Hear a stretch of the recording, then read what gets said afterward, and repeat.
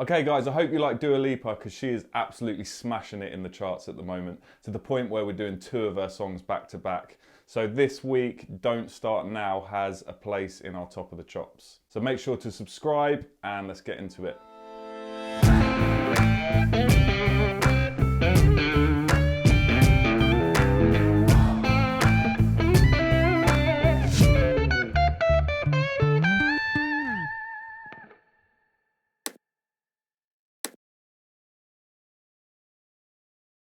Okay, so this is another pop smash from Dua Lipa. It's really, really funky as well. There's a bass line in there that we're going to try and replicate on the guitar. But all the sections are amazing. You've got so many different great hooky vocal melodies that we're going to replicate on the guitar as well. Usually we'll only take the chorus part, but this time the verse, the pre-chorus, it's all worth looking at. So this song was written by the same team that did New Rules. You might have heard that song. It's only had 1.3 billion streams. But it's written by Ian Kirkpatrick, Emily Warren and Caroline Aylin, and obviously Dua Lipa. Ian Kirkpatrick produced it as well. So I've got a massive respect for these guys. They're really, really good songwriters.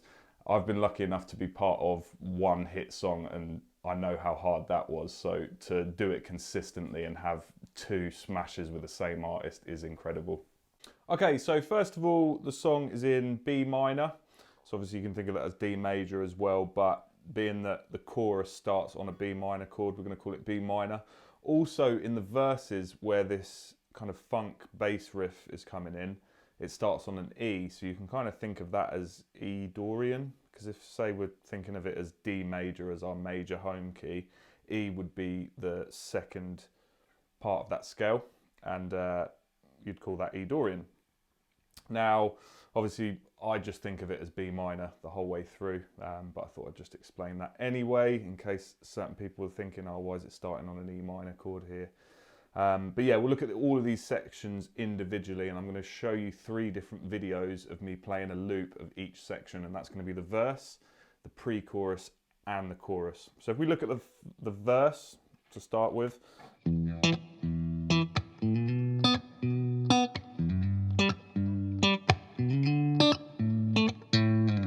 So yeah, that's the bass part, and I'm just applying that to the guitar. So I'm using my fingers for it to make it sound more like a bass, and obviously using the low register of my guitar.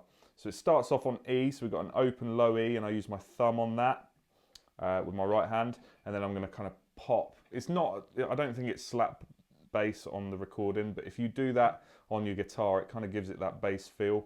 And you're going to do the octave on the 2nd fret of the D string, and you're going to go, and that's the rhythm, so it's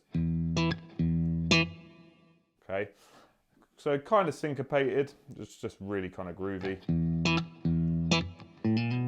And then you kind of pick up that last half a beat with a nice legato bass run, basically. It goes on the A sharp, and then B. And then you kind of pick up the next part of the riff on the last beat before it hits the 2, which would be the next chord, which is a B. So it goes O, 1, 2, and I just kind of hammer on and slide that. And it comes just before the 1, and obviously the 2 is on the 1, so it's. And then same thing, an octave. So all those rhythms are the same on the first chord, so it's E, E. And then we go O, 2, 3, same sort of legato thing at the end of the bar on the E string. So then G is your next chord. And then we go 2, slide up to 4, slide up to 5 on the A string, so we land on the D. And then we change to A for the rest of that phrase. And it ends on that, so it's kind of just going between the octaves. So the whole way through you got.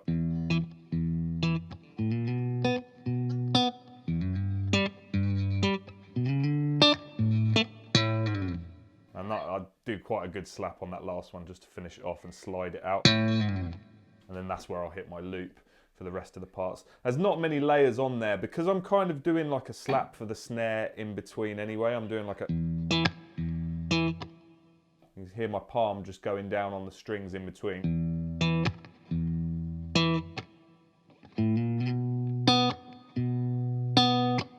So that's kind of getting a bit of percussiveness in that first loop anyway. So yeah, I'll just kind of slam my hands down on the strings as I go to that next bit on the 2 and the 4. So it'd be... Okay, not that hard, but yeah, so that's my bass riff. That's how I play it. You can play it any way you want really, but I just feel like doing it with my finger, my thumb and my index finger between those 2 octaves just makes it really kind of sound a bit more like a bass. And I use these 2 pickups, okay, single coil, just really pops. On top of that, yeah, there's not much. I literally hear 1 guitar part in the song, or there's 2 guitar parts in the song, which is great because a lot of the other songs that I've been doing have no guitar in whatsoever in the previous Top of the Chops episodes. So this has like a kind of funky guitar on the 3rd beat, so it's 1, 2, 1, 2, 1, 2. Actually, I think it does 2, then it leaves the next 2 out, and then it repeats. So it's 1, 2, 1, 2, 1, 2, 4, 1, 2, 3, and then it starts again. 1, 2. And this only comes in the 2nd verse, I think, and you just kind of hear it in the background in the production. It's really kind of simple and effective. And it's just the top half of a B minor chord. I go from the 9th fret on the D string and then flatten for the G and the B string on 7th fret. So it's that rhythm. It's like a dotted crotchet and a quaver. 1, 2. Actually, oh no, it's a dotted quaver and a semi-quaver, I think. Yeah. Yeah, really kind of standard funk rhythm. And yeah, that's basically what I've got as a backing track before I play my lead on top. So if we look at the lead now, we can use the same backing track on our loop as we do for the verse, and we can do that for our pre-chorus as well. So I'll just show you those 2 different melodies because they're quite different but really hooky in themselves. So starts off with... So the 1 is our 10th fret on the B string, but it picks it up with a 1, 2, 3, 4, 1.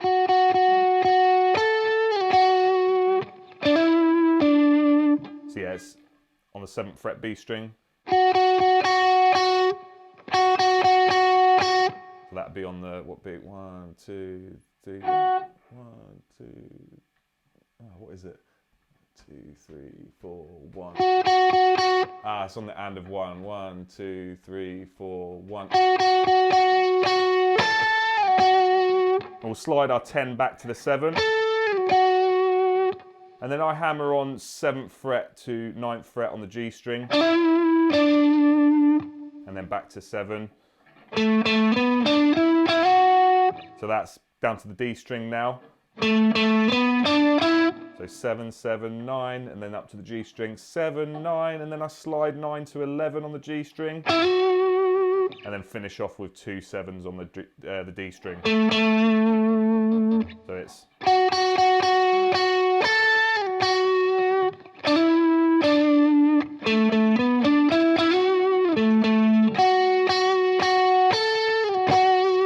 I think that's the rhythm when it comes back round, just 1, 2, 3, down, down, and then it repeats. But the difference is here, there's a little gap, so it's...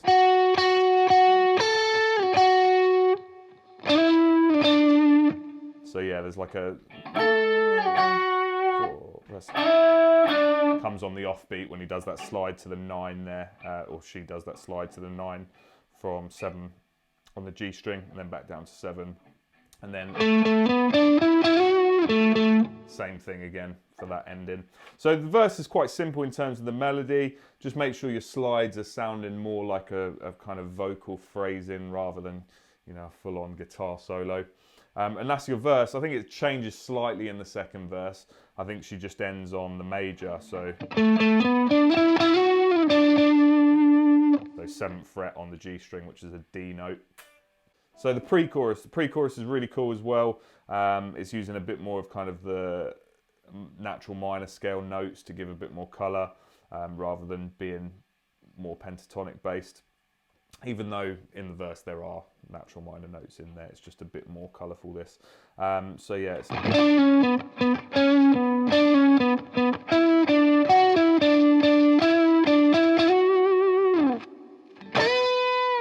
And she does like a wail at the end before the chorus comes in. So yeah, we pull off 7th fret on the G string to 6, and then 9 on the D string, 2 of those, and then straight back up to our 6 on the G string, and then straight back down to our 9 on the D string again. But that's the rhythm. It's 2, 3. Okay, same rhythm for the next part as well, and it's where it comes in as well. So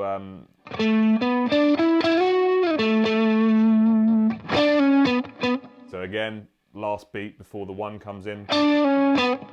So our 1 is on the 9th fret on the D string. So it kind of climbs up the scale here for the second part. So stays on the G string, 7, 6, 7, 7, 9, 7. And then we jump up to the B string to start on 7. And then the rhythm changes slightly as well. So it's 7, 9, 7. So 7 on the B string, 9 and 7 on the G string. And then 7, 7. So 7, 7, 9, 7, 9, slide up to the 11. And then she ends on a nice like kind of wail on the 10th fret on the B string, slide this one up, cut it off. Okay, so let's have a look at that close up as a loop.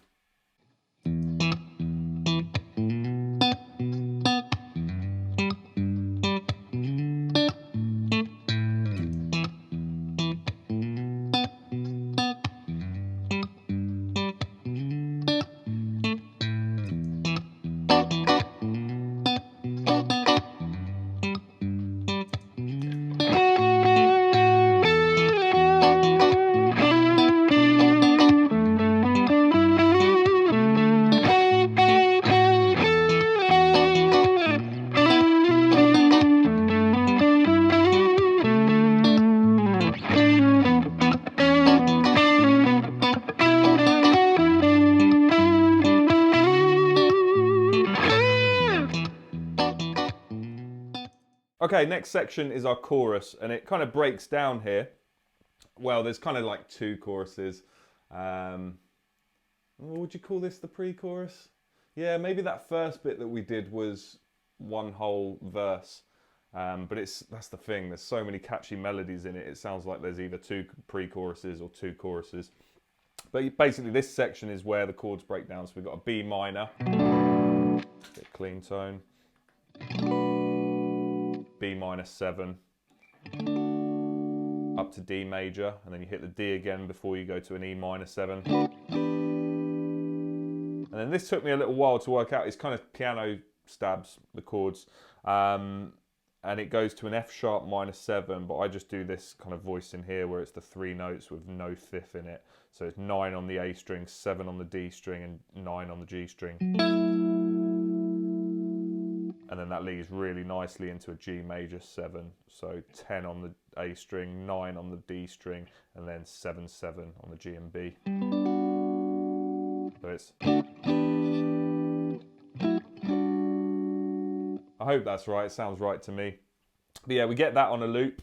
But actually the thing that I do to keep in time first is the other guitar part that's actually in the song, which is like a... And it's almost mimicking what Dua Lipa does in the other chorus, which is coming in a minute. And it's very kind of stuck on one note, but it's that rhythm. So da da da da da da da da. That's what I can hear it as anyway. But a lot of the time you'll hear those kind of plucked, kind of funky guitars that are just on one note, just droning along in the background with loads of reverb on. Sounds really cool. So I do that first, and then I layer it with those chords, and then play my melody on top. I think maybe I put a... Oh no, I don't even think I do a guitar... sorry, a snare hit in there. Okay, so if we look at the melody next... So it's really, really catchy, this part. So we start on 9th fret on the D string and then go up to 7 on the E string, the octave. And then 10th fret on the B string. So kind of think of yourself in B natural minor now. And then we go 7, 9 on the G string. And then 8, 7 on the B string. So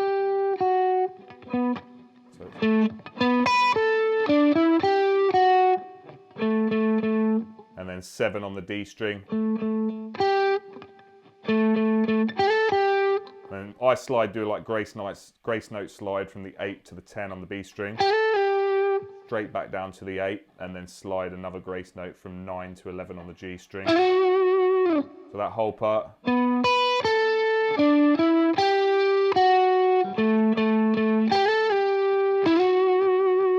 I'll just do a bit of improvisation in between. Just around that area, just to fill out the space.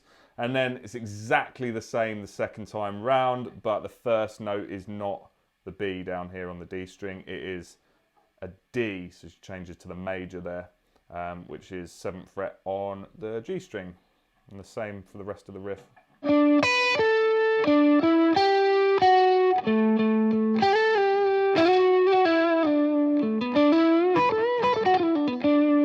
And then again, improvise in between, but if you just want to play the melody, that's cool.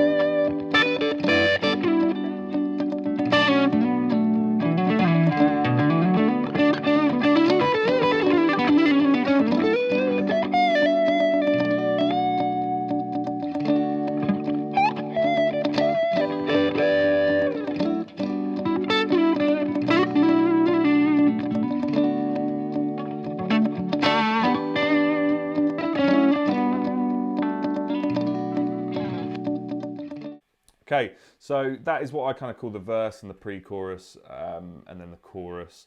And then I would call this more of like a post-chorus, but I guess it's not. I guess this is probably the main chorus part. There's so, like I say, there's so many parts in this song that it's really, really cool to break it down and actually look at the melodies on them. But this is probably the least significant part for guitar. It's quite fun to play. It's literally on one note, and it's kind of like rapped in a way. It's like she's kind of just speaking the words out. So I stick on one note for most of it. But if I got my bass line still on my loop. No, I don't. Let me quickly make a loop of the bass line. So yeah, so this chorus goes just over the bass line that we were doing for the verses.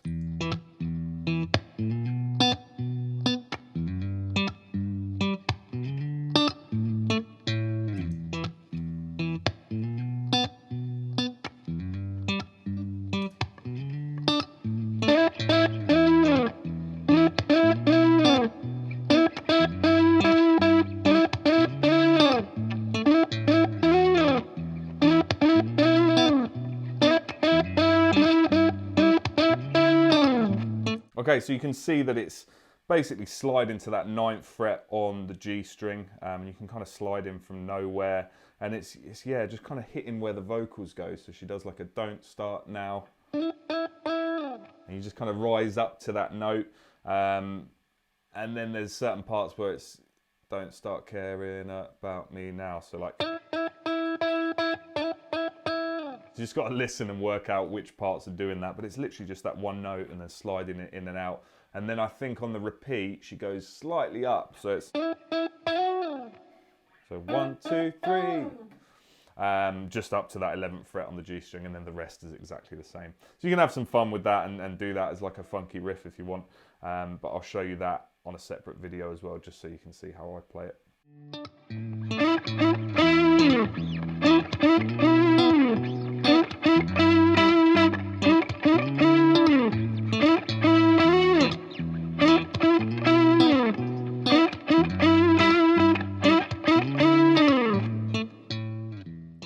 Okay, so I think that's all of the parts covered.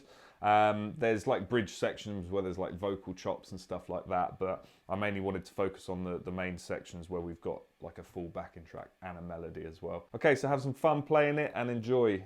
Thanks so much for watching, guys. Make sure to subscribe and hit the bell icon for notifications, like the video, and we'll be back again next week as always.